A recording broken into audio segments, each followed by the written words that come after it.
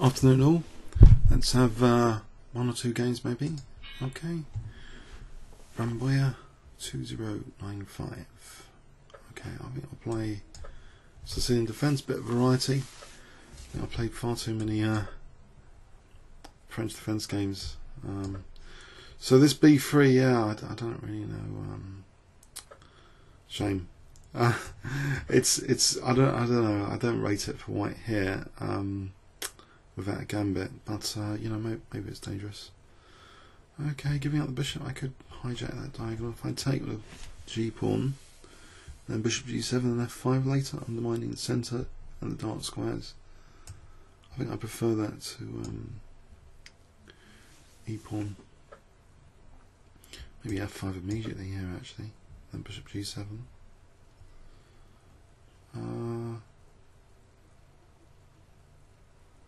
What are the dynamics? There's the G file. I think I'll just play that here.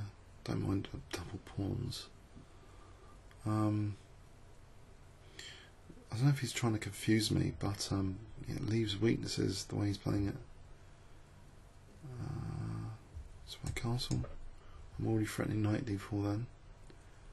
If he's really going to take there, then there's another diagonal to play with. Okay. So bishop a6 I suppose doesn't do anything, just takes. Takes I suppose doesn't do anything. d5 is probably weakening c5. I guess a5 and bishop a6, as I mentioned before, this diagonal is just a5.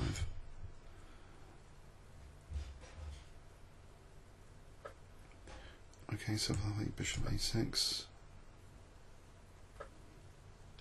Right, are these bishops going to be bad to the knights? There's a serious risk. Actually, he might be right about this, that there's something wrong about my bishops here. If d5 is not possible, how do I liberate the bishops? F6, there's e6. What about if I do take, let's say f takes, well, I don't see it. c4, you take queen b6. I think c4, I'm going to do that positional sack for queen b6, because then actually queen, you know, I stop castling. Of course, if he castles, then cd, I extend the scope of the bishop and undouble the pawns. But queen b6 here, maybe queen b4. Mind you, rook b1, queen c5, and there might be queen a3.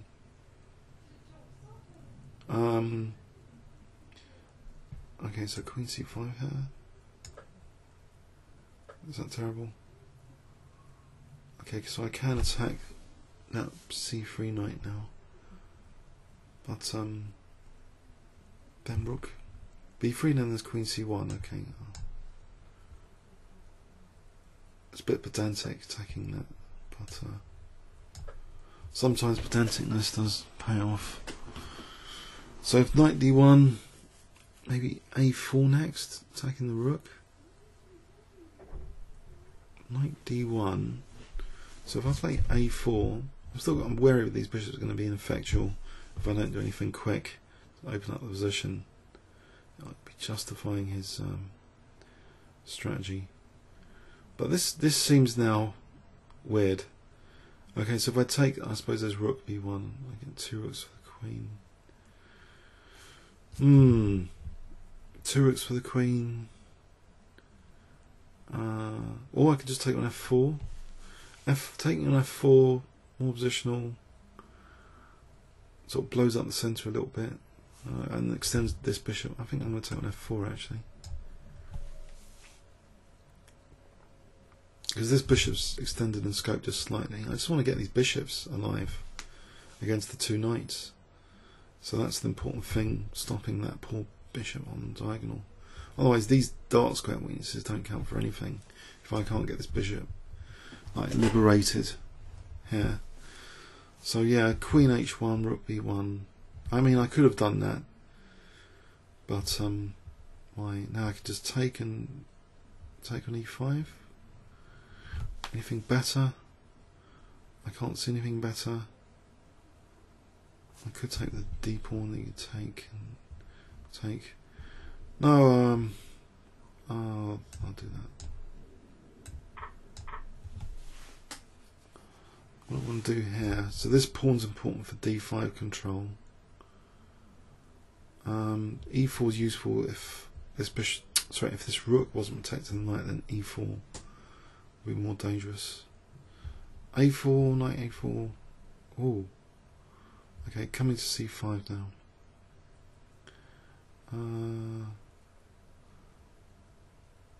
Right, that's a pain. So I suppose E4 here doesn't do anything. Takes, check, pawn, and E5. Try and open up things, or just E4 and bishop C4. And use this bishop, make these bishops effectual, as I mentioned. So takes, king takes bishop C4, then bishop D5. So if he doesn't, maybe bishop H6 is useful.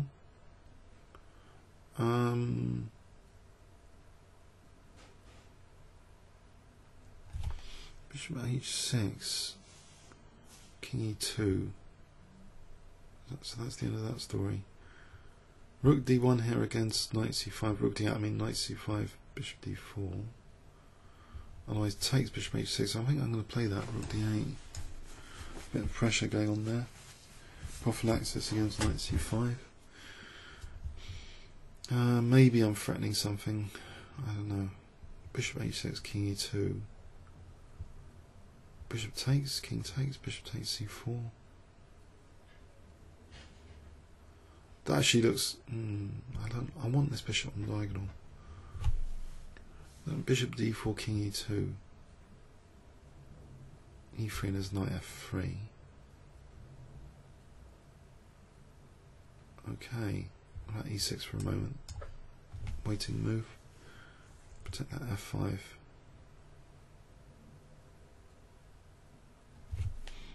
Okay, let's see. Can I build up on D3? If I just play rook D7, that's G4. What about, okay, stop G4 for a sec.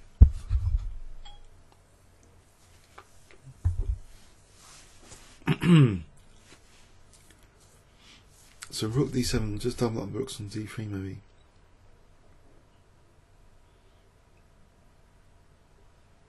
If rook B6, there's bishop D4 as well, so I'm guarding against knight C5 and rook B6.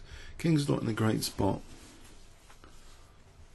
Just want to double up rooks. So rook D7, rook D8. Bishop H6 is nice to have as an option.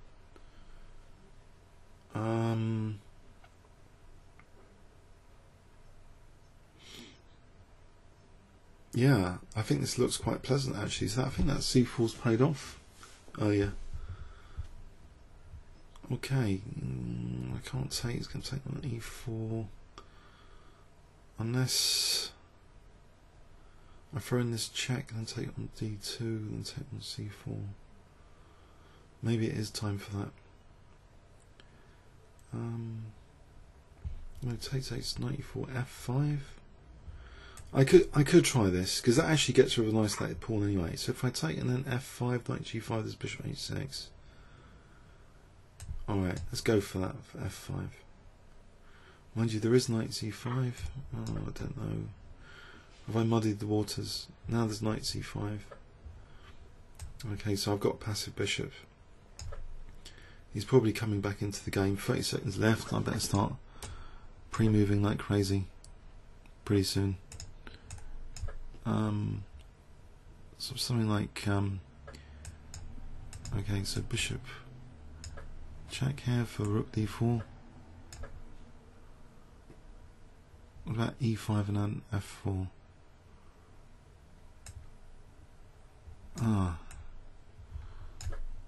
okay, that wasn't exactly a fast pre-move. Let's try and win this game. As you knight D7, oh dear. Uh-oh, rook's on the 7th. Not how I'd imagined it. 11 seconds.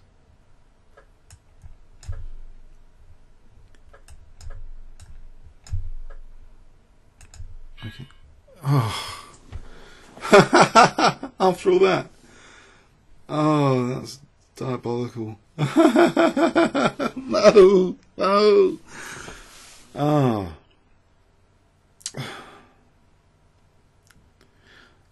Oh well. It was a good game up to I don't know. I got outplayed in the end. So that G4 was a good practical good practical thing here. I could have just, I think, just check force matters takes, then bishop c4. Couldn't have been that bad. I'll be on d3. That's like a guarantee, isn't it? It's guaranteed. Check, king moves, takes, king takes, bishop c4.